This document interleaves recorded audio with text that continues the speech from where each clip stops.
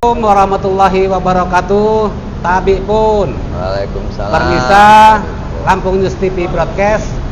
Berjumpa lagi bersama kami pada sore hari ini, dan kita akan coba kembali membahas masa depan Unila pasca musibah tertangkapnya beberapa pimpinan Unila oleh KPK beberapa hari yang lalu. Dan alhamdulillah di tengah-tengah kita sudah hadir 3 narasumber yang menurut saya hebat-hebat ini. Di sebelah kiri saya ada Mas Dr. Nanang Trenggono. Selamat sore Mas Nanang. Sore. Beliau ini orang hebat Unila, saya kira sekarang yang masih aktif, masih mengajar di Unila. Kemudian ada di tengah-tengah kita Bang Ansori Jausal. Beliau memang alumni ITB, tapi 40 tahun mengabdikan umurnya untuk pengembangan Unila. Pernah menjadi dekan Fakultas Teknik, Bang ya. Dan kalau di dunia entertainment itu ada multi talent namanya Agnes Monica. Nah, di dunia akademisi ada multi talent namanya Bang Ansori Jausal. Beliau akademisi yang serba bisa. Nah, kemudian di paling ujung ini Bang Bapak aja Bang ya lah. Biasa Bapak sih. Kemarin protes Bang. Pak Jauhari Jailani. Assalamualaikum.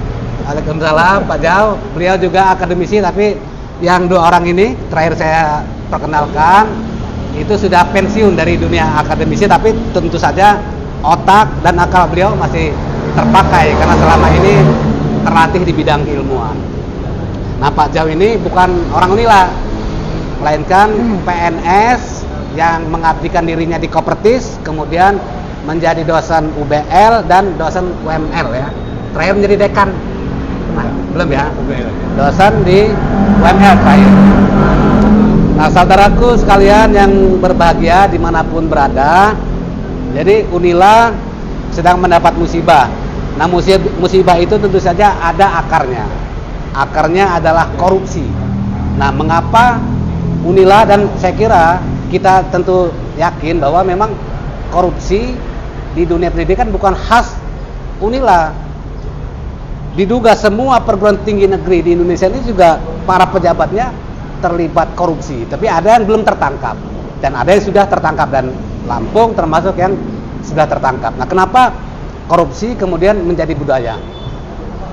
Dan salah satunya karena ada status-status badan hukum, status BLU yang dilekatkan di perguruan tinggi, yang itu memungkinkan pengelola perguruan tinggi mendapat otonomi, kemudian bisa lebih bebas dalam mengelola keuangan, ada otonomi.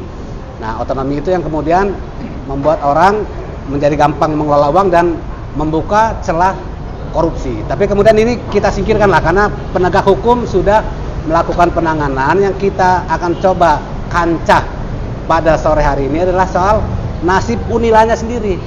Unila yang punya orang banyak ini harus kita selamatkan dari musibah yang disebabkan oleh beberapa orang. Nah, saya mungkin ke Pak Jau dulu.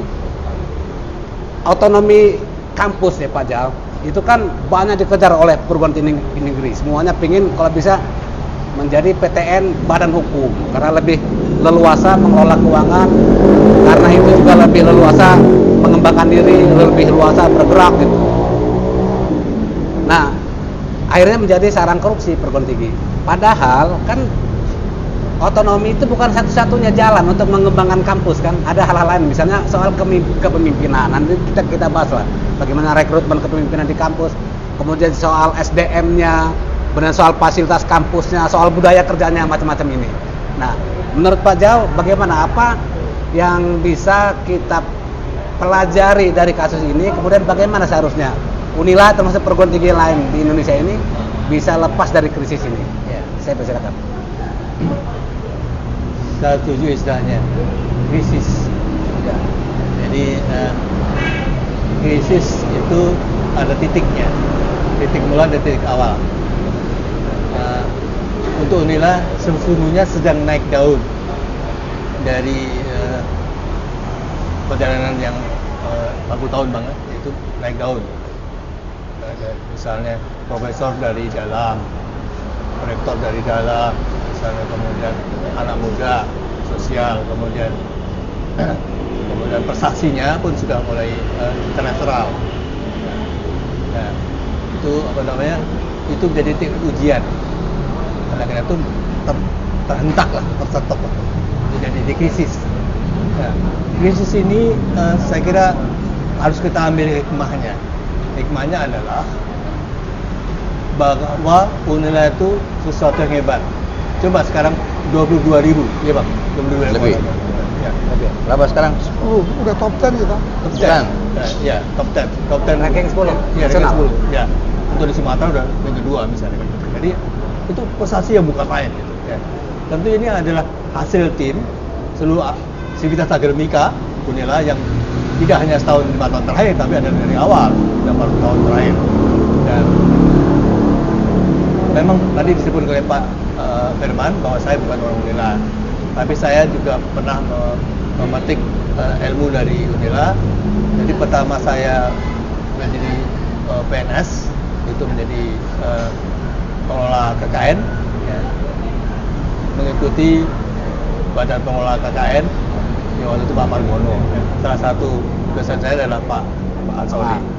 Kemudian bimbing berikutnya adalah Bang An, sehingga saya menjadi pengelola Selampung, PT Selampung misalnya. Bang Taneko waktu itu, Bang Taneko. Lama-lama. Ya, artinya kalau saya bicara mungkin lebih luas, ya lebih luas, tidak ada Unila, tapi dalam masyarakat Lampung. Nah, kita terus terusannya prihatin. Ini lembaga pendidikan. Yang lebih memprihatinkan adalah kenapa perguruan tinggi yang menjadi tak moral, yang menjadi trademark kebaikan itu begitu misalnya. Ini yang saya sebut musibah. Itu jadi citranya jadi gimana gitu, negatif. Tapi makasih. Tapi kita sebagai orang yang berbudaya lah gitu, jangan lihat negatif banget gitu. Ini hanya titik-titik satu poin. Jadi dari 40 tahun itu ada 40 titik, ya baru satu titik aja. Keseluruhan kita prestasi Unila hebat, Lampung hebat. Sekarang dengan adanya UIN yang dengan adanya 26.000 bahkan, kemudian ITERA, jadi Lampung patut berbangga, ya, menjadi tujuan setelah Jawa. Ya, apalagi dengan ITERA. Kan? Jadi apa namanya? Oleh karena itu, yuk krisis ini menjadikan pelajaran buat kita untuk ke depan lebih baik. Jangan kita berkutat kepada keburukan seorang dua orang. Ya. Kalau kita bicara korupsinya kan jahat, jelek, amoral segala macam. Tapi itu era sekarang itu adalah era ketika Indonesia selalu begini. Dari maka Pak Hatta sebutkan tahun 60-an, Gus Dur apalagi misalnya. Nah, gitu Pak Firman pengantar. Siap, terima kasih Pak Jau. Kita mungkin ke Bang An sekarang Bang. Jadi dengan menjadi, kan Bang An punya pengamatan panjang terhadap Unila ya, sampai 40 tahun, saya kira bukan singkat itu. Bagaimana melihat perkembangan Unila nih day by day sampai hari ini, dan kemudian apa sih kendala pengembangannya kalau ngotot harus menjadi PTN badan hukum, kemudian sekarang baru BLUT gitu kan, rencananya menjadi badan hukum. Nah, itu kendalanya apa di Unila itu sehingga agak susah pengembangan? Terima kasih. Memang kejadian kemarin itu kalau mau dimisalkan adalah petir di siang bolong, sangat tepat. Semua orang kaget, apalagi orang yang merasa orang Unila. Kejadian yang tidak terbayangkan, membawa rasa sedih, kecewa, marah, dan sebagainya, campur aduk. Tapi kita tidak boleh menganggap itu kemudian kiamat. Itu hanya satu petir saja yang bisa terjadi kapan saja. Kalau saya boleh mengumpamakan, itu hanya peristiwa satu hari dalam satu kehidupan. Jadi kita harus mampu melewatinya dengan baik. Karena itu saya lebih senang, mari kita lihat kembali sejarah Unila. Bagaimana tercapainya hari ini. Saya memang tidak ikut mendirikan Unila, tapi saya kenal semua pendiri Unila. Karena sebagian adalah kerabat saya. Dan saya masuk ke Unila di awal dia mulai bangkit. di bawah pimpinannya Profesor Sultan Al-Hasan. Beliau masih hidup sekarang. Beliau meletakkan dasar pembangunan Unila yang kuat sekali, diikuti oleh Profesor Margono yang membangun SDM yang berintegritas. Saya senang sekali ketika saya bekerja di bawah Pak Profesor Margono. Bagaimana kita membangun persepsi yang benar, perspektif yang benar tentang pendidikan dan bagi Lampung. Kemudian diteruskan oleh Pak Duki. almarhum Al Husni Duki Amin. Beliau yang memang orang Lampung, orang tuanya ikut mendirikan Unila, dedikasinya luar biasa. Ya, saya juga masih ikut di bawah beliau, ikut membangun perspektif ke depan. Unila harus besar. Unila harus bertanggung jawab terhadap perkembangan di Indonesia, bukan hanya di Lampung, juga di Indonesia. Kita mulai menapak ke skala nasional, sehingga Pak Duki mulai meletakkan kriteria-kriteria yang membuat Unila itu salah satu yang terunggul di Sumatera tadi dalam berbagai inovasi. Kemudian diteruskan oleh Pak Muhajir dan seterusnya. Saya melihat sekali bagaimana dengan setapak demi setapak Unila itu menjadi besar. Sekarang Unila itu 10 besar Indonesia, dan itu dibangun dalam jangka waktu hampir setengah abad. Saya tidak melihat peristiwa kemarin itu akan menghancurkan Unila, karena itu adalah korupsi dan sudah ditangani secara hukum. Silakan.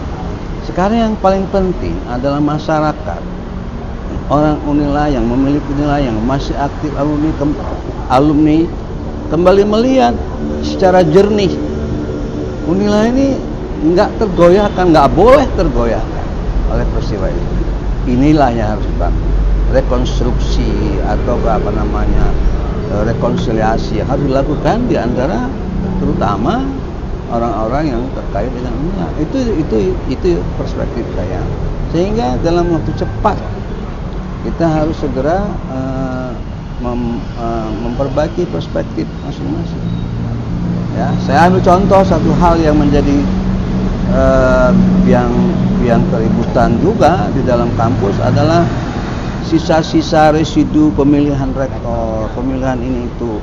Sekarang lupakan itu.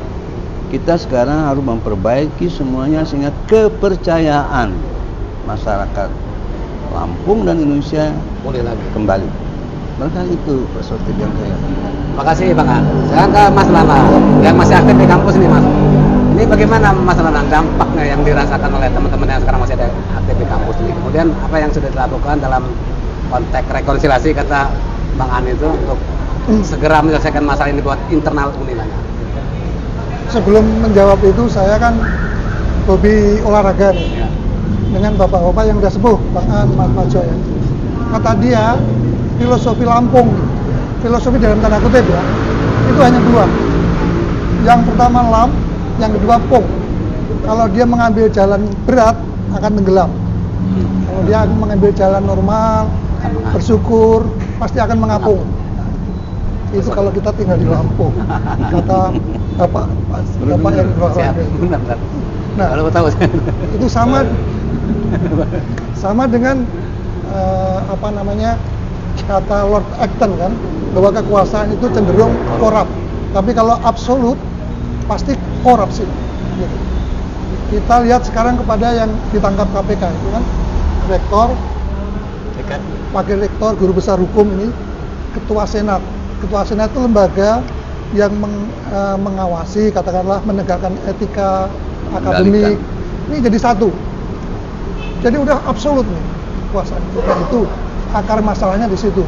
Menurut saya itu Unilanya baik, masih baik, nggak ada masalah apa-apa. Bagus seperti kata Pak Jo, Pak Bang An tadi. Unila ini baik karena posisinya sekarang sudah mencapai top 10 yang dulu visi top 10 itu oleh Bang An, jam era Bang An itu Pak Muhajir menuju Pak Sugeng itu tahun 2025. Nah sekarang baru 2002 sudah tercapai visi. Sesungguhnya nggak perlu harus mencari sesuatu yang aneh gitu loh. Kita tinggal penguatan-penguatan gitu. Nah dampaknya yang paling kerasa itu adalah seluruh sivitas akademika benci, mencaci maki, merasa Enggak, saya enggak. dikhianati Saya gitu kan. enggak. Nah itu. Tapi sebenarnya institusinya enggak. Cuman karena ini krisis, yang paling penting kan kemarin itu pimpinan Unila supaya menunjukkan di masyarakat masih ada kepemimpinan. Pimpinan itu kan melakukan siaran pers tuh. Wakil rektor yang ada, 3 wakil rektor, dekan-dekan semua bersama-sama. Itu menunjukkan bahwa Unila masih berjalan. Ke depan sekarang sudah ada PLT rektor. Ke depan cara memulihkan yang pertama itu adalah mereka yang diberi kepercayaan amanah gitu ya. Jangan berpikir yang lain kecuali memulihkan, kecuali melengkapi struktur yang ada. Tapi jangan berpikir saya harus mengisi ini, saya mengisi ini. Nah itu jangan. Itu. Yang penting itu Mas. Jadi tidak ada motivasi seolah-olah bagus, tapi sebenarnya tersembunyi dia pengen sesuatu itu. Nah itu kunci pemulihan. Jadi memang betul-betul untuk lembaga Unila, ya, bukan untuk yang lain gitu. Siapapun yang mengisi, apakah nanti rektor ini kan sedang proses PLT ini kan dalam proses untuk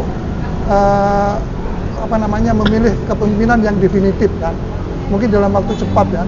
Nah kesanalah fokus kita gitu. Pasti karena struktur yang ada itu sudah bagus semua. Sistem komputerized yang dibangun zaman Pak Usni, Pak Mugni. Ya, Pak Duki. Ya Pak Mugni awalnya kan ya. Masih Pak Bang An, masih namanya Ju Project dulu itu kan. Oh, Ju Project. Sekarang sudah bagus semua. Data presisi data dosen jumlah itu sudah bagus. Sehingga peringkat penilaian naik itu antara lain itu. Dulu tuh data itu numpuk-numpuk gitu. Nah, sekarang udah bersih. Jadi sesungguhnya struktur mental akademiknya udah mulai baik. Tercederai ada peristiwa ini aja.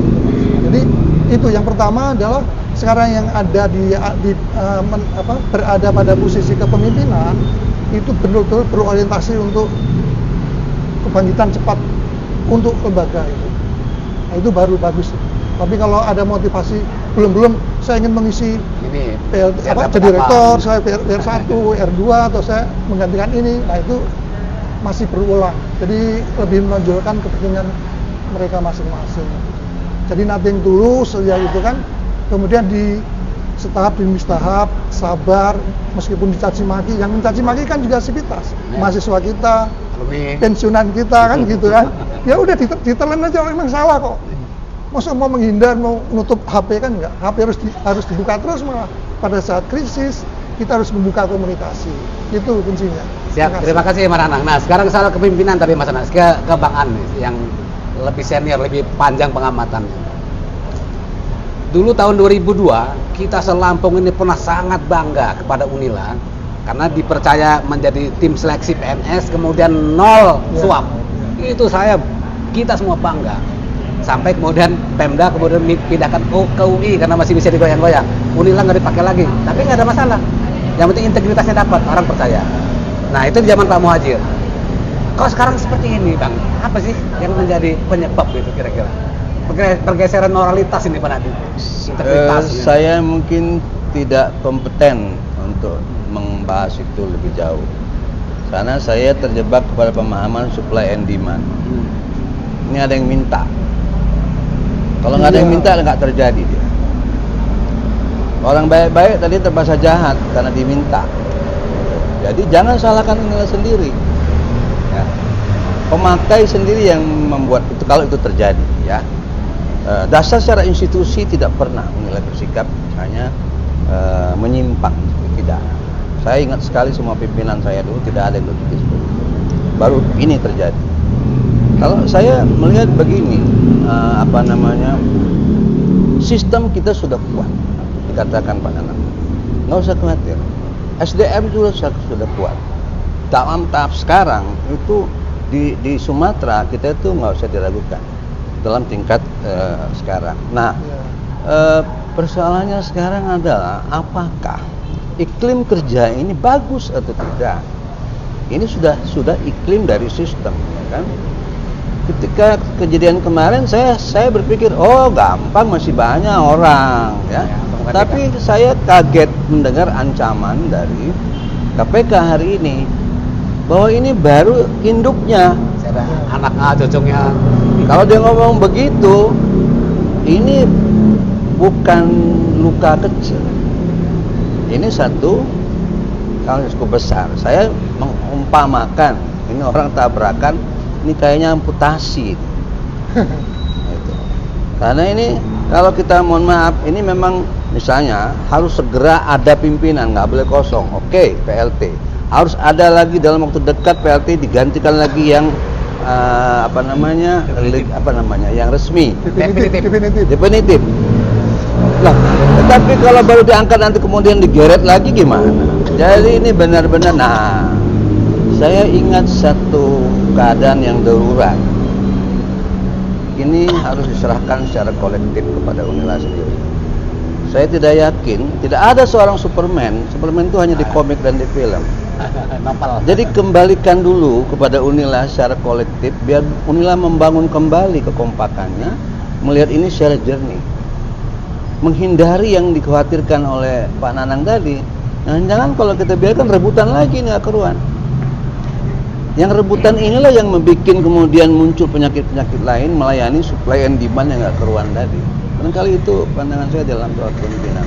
Ini memang, tapi siapapun yang akan memimpin harus dibantu oleh sivitas akademika yang kompak. Karena satu aja sekarang, kan sekarang tahu nih, satu aja kemudian membuat viral sebuah masalah, mau segede apa juga levelnya, mau jenderal juga tumbang. Ini itu harus sangat teliti sekarang. Ini bukan masalah kecil. Tapi percayalah kalau kita kompak, ya, didukung oleh para alumni dan masyarakat Lampung, ini bisa diselesaikan. Tapi jangan rasa gerusu. Apalagi mendengar ancaman KPK, ini baru induknya katanya. Wah, awal juga nih. Gitu kalau saya Firman. Baik, Bang. Nah, sekarang ke Mas Anaki nanti Pak Jawa ya, nanti saya kasih kesempatan. Nah, idenya Bang An itu masuk akal nggak? Ada kepemimpinan, ya, karena petik lah kolektif gitu ya. Semua dekan bersatu bahu, kemudian pimpinan yang sisa direktorat juga saling bergandengan tangan dengan kondisi Unila hari ini yang kata Bang An masih ada residu Pilrek kemarin. Ya. Sebenarnya kalau proses yang mendasar ya, proses belajar mengajar itu berjalan dengan normal. Semua fakultas berjalan dengan baik ya. Artinya sebenarnya tidak ada gangguan yang merusak sistem proses belajar mengajar. Yang kedua, terpaksa kan kita harus kembalinya ke statuta kan gitu. Nah, di dalam statuta itu yang namanya identitas, di bab identitas itu yang namanya Universitas Lampung itu kan levelnya itu BLU, itu adalah bagian dari Departemen Kebudayaan dan Pendidikan Ristek Dikti. Nah, itu termasuk semua perguruan tinggi itu adalah bagian dari lingkungan Departemen Pendidikan dan Kebudayaan, Riset, Teknologi dan Pendidikan Tinggi. Jadi otomatis semua regulasinya kan ke sana. Jadi Unila itu milik negara gitu loh, katakanlah bagian dari negara gitu. Nah itu. Jadi sesungguhnya kalau selesai, dugaan saya kalau selesai di tingkat atas dengan jujur ya, proses menuju kepemimpinan yang definitif tadi berjalan dengan baik, jujur, mungkin ditopang dengan kontrol lah dari Bang An tadi, misalnya dari sivitas akademika, dari alumni, dari mahasiswa mengawasi, itu bisa cepat pulih gitu. Tapi tidak kepemimpinan kolektif gitu, karena kan nggak dikenal. Iya, gitu. iya, nggak dikenal, tapi dia makanya tanda kutip tadi Ya, kan. tapi sebagai bagian dari yang mengawasi paling nggak didengar. Jadi supaya misalnya nggak rebutan tadi perlu diawasi kan gitu kan. Nah, kalau bisa ketemu, segera bertemu ya. Misalnya nanti malam kan ada ini Zoom meeting itu, harus ada tindak lanjut lebih lanjut. Kemudian bagaimana sih proses berikutnya? Libatkan semua yang mempunyai kepedulian atau merasa memiliki Unila kan gitu. Jadi jangan sampai ada keluarga Unila yang ditinggalkan gitu. Karena ini memang melukai semua, melukai termasuk mereka yang sudah alumni, mereka yang sudah purna tugas kan gitu. Padahal yang sudah purna tugas itu masih aktif chatting, diskusi bukan chatting. Diskusi itu. Masih karena masih peduli ya, sama peduli. kampus ya. Kan kita punya ini WA Unila Family itu kan masih produktif di situ. Jadi mesti didengar itu. Ya, itu Mas. Baik, Pak Mas Anang, sekarang ke Pak Jau nih. Pak Jau, ini kan status perguruan tinggi itu ada yang badan hukum, ada yang BLU kan, badan layanan umum seperti Unila, ada yang masih satker. Nah, kalau yang badan hukum dan BLU ini kan sudah otonom mengelola keuangannya. Lalu sepertinya menjadi satu-satunya cara untuk mengembangkan diri kampus itu dengan status otonom ini. Akhirnya dengan mengambil SPP yang mahal dari mahasiswa dan lain sebagainya. Nah, seperti meniadakan peran negara. Padahal kalau di amandemen keempat Undang-Undang Dasar 45 di pasal 31 itu kan jelas negara wajib memprioritaskan minimal 20% APBN untuk pengembangan pendidikan. Nah, ini menurut Pak Jau bagaimana? Apakah pemberian status-status itu kepada PTN dalam rangka itu mengurangi peran-peran negara gitu? Silakan. Saya tidak begitu paham sistem perguruan tinggi, tapi saya memahami dalam proses demokratisasi, liberalisasi.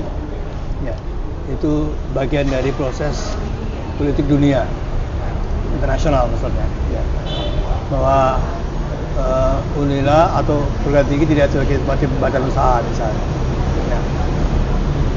Nah, kembali kepada Undang-Undang Dasar 45, tujuan kita adalah mendidik masyarakat untuk ini dan negara keberkewajiban ini bla bla bla segala macam.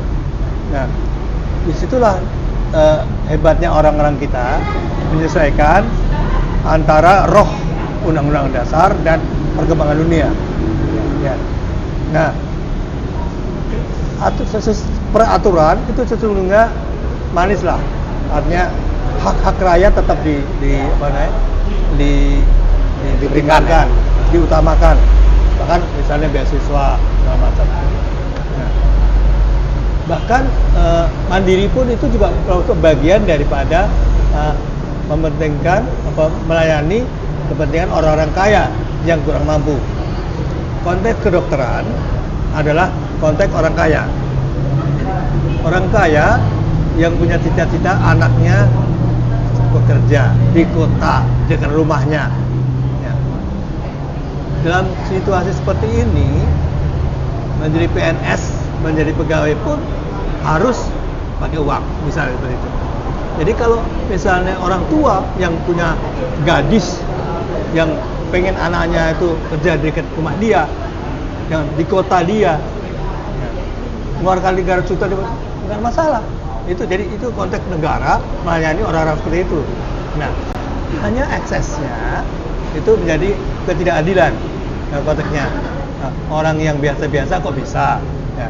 Tapi karena dia punya uang, ya. Itu susah. Ya. Tapi orang juga kadang lupa bahwa orang-orang miskin yang tidak mampu juga dilayani, harus ya. Bahkan digratiskan segala macam. Ya. Nah, saya kira itu yang dalam konteks ini adalah bagaimana keluar dari krisis tanda kutip. Ya. Nah, bagaimana dan misalnya Pak Anang tadi bilang kita punya modal hebat, modal semangat, modal budaya, modal akademisi, modal sistem, itu modal semua yang itu pakai perjuangan waktu.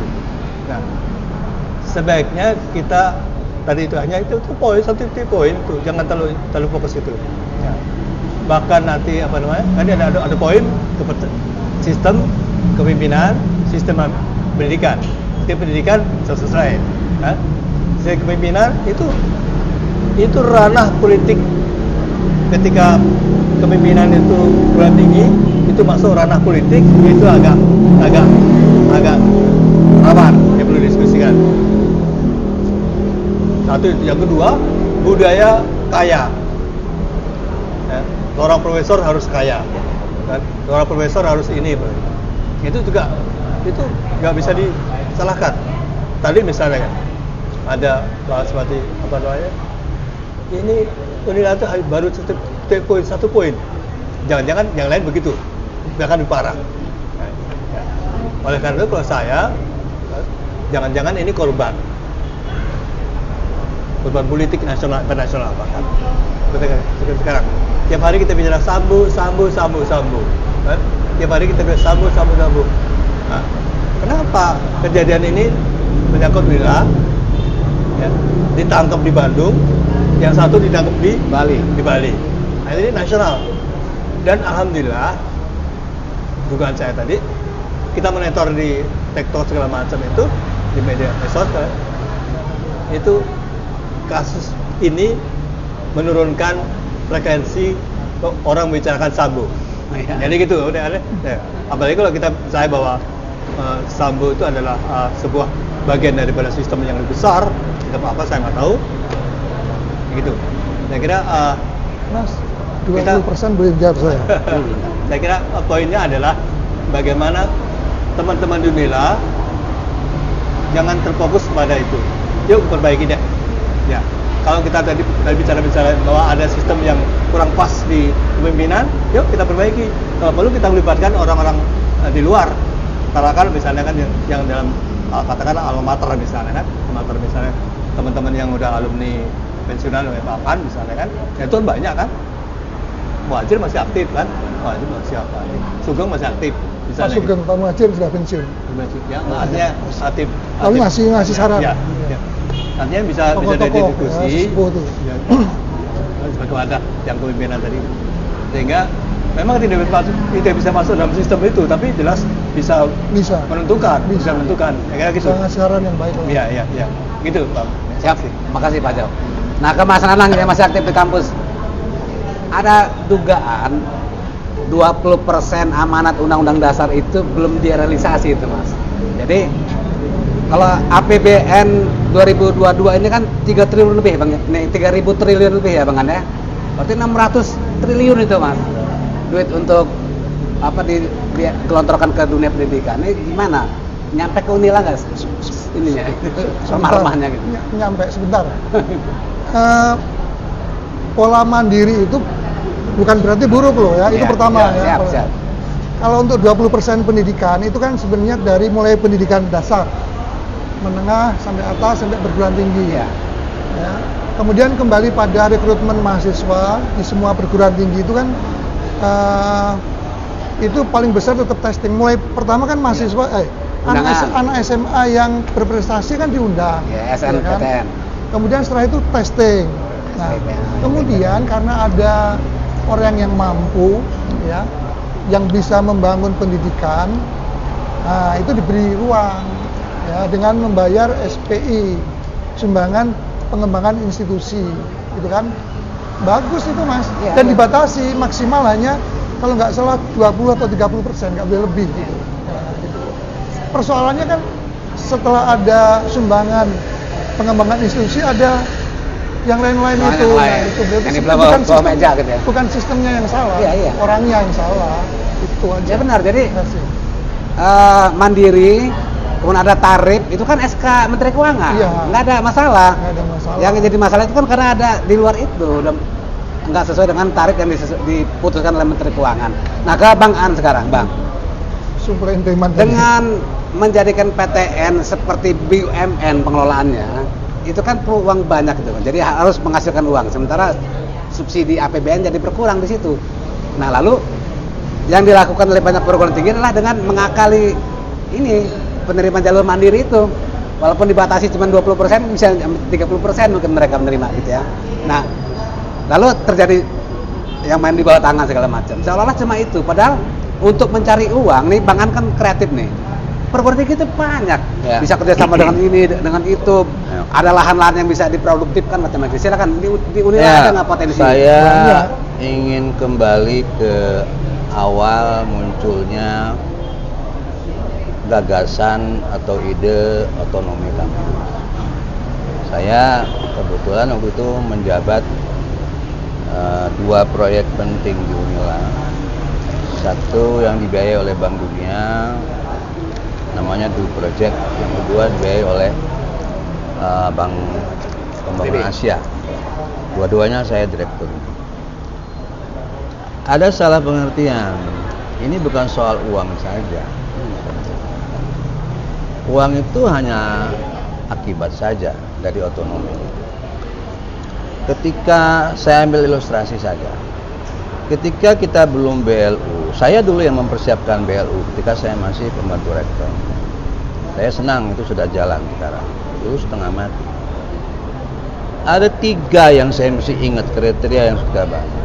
Yang pertama itu accountability, Ya. akuntabilitas. Ada berapa uang masuk, ada berapa uang keluar. Uang itu ada di mana? Dari mana? Bisa dapat dari mana? Ketika kita belum BLU, uang itu nggak keruan. Diperkirakan aja begini-begini di sana. Ada di rekening ini, ada rekening itu, sehingga terus terang saja kalau itu sekarang itu ketangkap semua. Kalau sekarang, bagaimana kemajuan kita dengan adanya KPK? Nah, pada saat itulah kita mulai menertibkan. Ketika saya PR4 baru ketahuan uang kita itu sekian ratus miliar loh ternyata. Tolong dikumpulin dong. Nah, ketika akuntabilitas itu dapat dibangun, saat itulah dia boleh bergeser ke BLU. Dia sudah bisa ngurus uang yang besar. Setahu saya sekarang udah di atas 200-300 miliar. Berarti sudah tambah bagus. Jadi uang itu ketahuan. Hampir 400 Pak. Nah, sekarang hampir 400. Waktu saya masih 200. Besar. Jadi maju, mampu mengelola ketika akuntabilitasnya. Yang kedua, transparansi. Ini yang paling mengerikan. Karena begitu tambah banyak uang itu, dia harus transparan. Kejadian itu terjadi, kita tidak transparan. Jadi kalau, nah, yang ketiga, yang lain saya nggak gitu ingat karena itu sekunder. Yang ketiga, terukur, ada benchmark. Ini mau membangun, mau begini, mau gitu, mau kemana? Saat itulah saya meyakinkan Pak Rektor saya, Pak Muhajir, Pak, kita harus ada target. Target itu harus ada ukuran. Kita kalau di Sumatera kita sudah jelas, kita oke. Di nasional kita harus berani loh Pak. Ya, Pak Nanang tahu tuh sejarahnya. Kita harus berani 10 besar 10 tahun. Terukur itu adalah dengan waktu. Karena itu saya dari awal berani mengatakan, mohon maaf, yang terakhir ini bukan dia sendiri yang ngebangun nilai ini, seluruh rektor yang ngebangun dan kami semua ikut membangun. Nggak akan kalau kita kompak nggak akan tumbang. Nah, ketika dia siap transparansinya, siap akuntabilitasnya, silakan. Nah, sumber-sumbernya itu banyak sekali, termasuk membangun kapasitas di dalam universitas, mengembangkan jurusan. Jangan melulu ngomong soal jalur ini jalur itu, mengembangkan jurusan saja itu sudah potensi uang. Kalau kita bicara uang, sehingga kita dulu memutuskan kedokteran harus berani dibuka, fakultas ini harus berani dibuka. Saya juga waktu saya dekan membuka beberapa jurusan baru untuk menambah potensi masuknya mahasiswa. Sejak saat itu kita juga bangun kapasitas percepatan. Sekarang sudah bisa mewisuda berapa setahun? Apanya? Berapa wisuda kita setahun? 5.000 orang? 4.000? Ya, enggak ada. Enggak, 3.000-an ya? Iya. Kedokteran.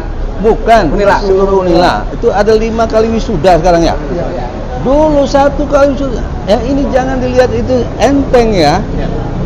Membangun kapasitas ini saya masih mengamati 20 tahun terakhir, luar biasa. Teman-teman yang muda-muda ya, dan sekarang beberapa profesor muda-muda yang saya dulu ikut mendorong mereka untuk pergi sekolah segala macam, mereka yang membangun ini. Gitu. Nah, inilah orang-orang ini harus kita jaga. Jangan mereka kecil hati. Mereka ini akan melanjutkan masa depan ini. Jadi perjalanan jadi jangan buru-buru curiga dengan BLU dan BHMN. BLU ini membuat Unila sekarang tahu berapa dia punya duit dan akan meningkat, kan? Kita akan sedang membangun rumah sakit. Itu ketika itu nanti ada kapasitasnya, BHMN itu keniscayaan. Harusnya bahkan. Iya, bukan dipaksa, bukan karena mau pengen kaya, enggak. Ini lembaganya yang akan kaya, lembaganya akan kaya. Nah, investasi di dalam perguruan tinggi terus terang saja di Indonesia itu masih sangat rendah. Saya terbengong-bengong ketika saya ke Amerika, ada satu fakultas di suatu universitas di Amerika, untuk satu pengembangan dia menghabiskan habis 900 juta dolar. US. Di kita seluruh Indonesia waktu itu proyek saya dengan teman-teman 6 universitas nggak sampai 20 juta US. Bayangkan, masih banyak kita ngomong investasi. Jangan bayangkan sekarang saja, ya. Nanang tadi cerita, kami sama Pak Muhajir sudah meletakkan dasar 10 tahun dari tahun 2005. 2005 ya? Ya, 2005. pada saat Renstra 20 tahun. Tahun depan ini Pak Nanang yang masih aktif perlu meletakkan lagi. Tahun 2035. Ayo, mau seperti apa? Itu yang terukur. Disitulah baru kita tahu apa yang harus diinvestasikan. Kenapa kita perlu itu? Dan mohon maaf, bukan untuk pribadi, untuk lembaga gitu. Barangkali itu ya. Jadi mari kita lihat, Unila ini sedang bergerak terus. Ini belum akan berhenti. Ya, kalau kita buka itu yang namanya Sustainable Development Goal, ukuran kita adalah 2030 sampai 2045. Pada Indonesia emas nanti Unila ada di mana? Ya, kira-kira begitu. Ya. Jadi saya nambahin. Siap. Saya kan melakukan riset tentang corporate culture Unila. Nah, ini penting nih. Selama kepemimpinan dari Prof. Muhajir yang dilandasi dari Prof. Sitanala, Pak Margono Slamet, Alusni Duki Hamid. Dari Prof. Muhajir pertama sampai 2019, ya. Corporate culture era Pak Muhajir itu cenderung research university. Nah, jadi ingin membangun penelitian, riset penelitian. Kemudian era Prof. Sugeng lebih ke teaching university. Kemudian Prof. Asriadi Matakin sampai karena hanya satu periode kan, dia ingin mengembalikan riset kembali gitu. Jadi dua-duanya itu legacy sebenarnya. Apakah itu riset university maupun teaching university itu adalah legacy Unila. Warisan. Yang sekarang sebenarnya dibangun. Ketika digabungkan itu 3 tahun itu sudah mencapai top 10, mencapai visi 20 tahun tadi, bahwa Unila tahun 2025 masuk menjadi 10 besar di Indonesia. Nah, cuman ini terpotong dengan kejadian ini gitu. Jadi ya nggak teruji riset saya jadinya. Nggak boleh terpotong. Ya. Makanya dia kena potong. Baik Mas Nanang. Jadi sebetulnya banyak banget ya peluang untuk menghasilkan uang untuk pengembangan kampus Unila di luar dari memeras orang tua mahasiswa ya, lewat jalur mandiri, lewat jalur menaikkan UKT, bisa seperti itu. Nah, tapi bagaimana ini Pak Jau melihat itu? Apakah ya kan mestinya kalau data UKT kita itu 95%, kalau dulu kan orang pintar Unila ini kalau pengen sekolahnya murah masuk negeri. Kalau sekarang ini kan Karena swasta pengen kaya dengan semua negeri itu, sama ya. itu. Itu. Nah, ada yang salah. itu bagaimana dampak-dampak yang kemahalan campur politik negeri biaya kuliahnya itu terhadap teman-teman swasta, ada dampak nggak yang signifikan? Ya. Jadi ada statement kemahalan, ada statement kayak komersil gitu. Saya nggak sepakat itu. Ya kan itu tadi dari awal aturannya kan sudah jelas. Dan itu perkembangan zaman. Terbukti kita Unila bisa bangun dalam rekor yang jelas, dalam yang jelas. Nah, kita melihatnya 30 tahun, 40 tahun yang lalu, kita melihat lagi ada 20 tahun yang depan, 2045. Jadi itu yang lebih besar. Jadi bahwa nanti swasta itu lebih murah katakanlah, kan memang dia lebih efisien, kan dia jelas dia harus efisien, karena menyangkut untung dan rugi. Kalau nggak rugi ya, kalau nggak untung ya nggak jalan. Kalau PTN enggak, PTN kan enggak. Dosen digaji negara, semua berkait dengan negara, itu negara. Jadi oleh karena itu pun sudah dibatasi oleh oleh negara, undang-undang misalnya. Oleh karena itu, wahai teman-teman di perguruan tinggi, jangan terlalu bergantung kepada pihak negara. Manakala ada semacam dikasih peluang untuk sumbangan dari. Nah, tapi saya agak keberatan kalau perguruan tinggi memeras. Jangan pakai itu. Tidak elok karena gini. Itu kan Bukan perguruan tingginya. itu saya bilang gini. Tadi kan dari awal saya bilang mereka suka sama suka. Bahkan untuk dalam kasus ini adalah kedokteran. Bahkan tadi kan 250 juta bagi orang kaya itu murah banget. Ya. Cukup disebut transaksional lah ya. Iya, itu yang itu efek dari itu. Itu nama buruk karena ada kejadian di kegaduhan karena ditangkap ya. Tapi itu kan kalau kita mau bijak kan itu lebih berterima kasih kalau teman-teman dari sistem yang dari 100 tahun kemudian misalnya kan Pak itu kan kita bijak untung diteruskan sampai 5 tahun bisa seperti itu kan. Kalau diteruskan mungkin agak tersandung juga ya, Sandra. Tapi kalau sekarang ini baru setengah udah diperingatkan bahkan disandra kan. Oleh karena itu kita yuk bangkit. Oleh karena itu saya pakat misalnya dan tolak dari Pak tadi semua berjalan normal kok. Nah, saya dengan dapat ilmu dari Bang An itu perbanyaklah KKN misalnya kan. Jadi gini, perguruan tinggi itu kayak tower air atau tower ngambil ilmu dari air, dari bumi dan di atas nanti turunkan ke bumi. Jadi memamurkan bumi. Ya. Dan itu bisa diperbanyak di level kan ada kejurusan, ada profesi, ada dosen ini, segala macam. Nah, itu bisa diperkaya. Itu dalam konteksnya adalah membangun citra. Apalagi sekarang lagi penerimaan mahasiswa baru kan, bisa seperti itu. Jadi perbanyak kegiatan-kegiatan itu. Karena lupa orang tahu persis itu. Dalam konteks ini sebulan, 2 bulan, 3 bulan selesai. Apalagi nanti tiap hari ada berita di Unila ada kegiatan ini yang sangat pro rakyat misalnya. Itu udah selesai semua. Jadi kalau mereka itu saya nggak ngeliat sebagai yang kita banget, tapi kan udah tidak aja itu. Jadi itu aja Bang Aom kena korban, jadi korban. Nah tadi kan ada sistem yang mungkin ada beberapa politik begitu kan. Jadi ini mungkin yang bisa dikoreksi oleh teman-teman Pak Nanang kan. Kalau udah bicara politik kan ada cost kan. Cost itu yang kadang-kadang yang akhirnya menimbulkan usaha sistem. Tadinya transaksi baik biasa misalnya.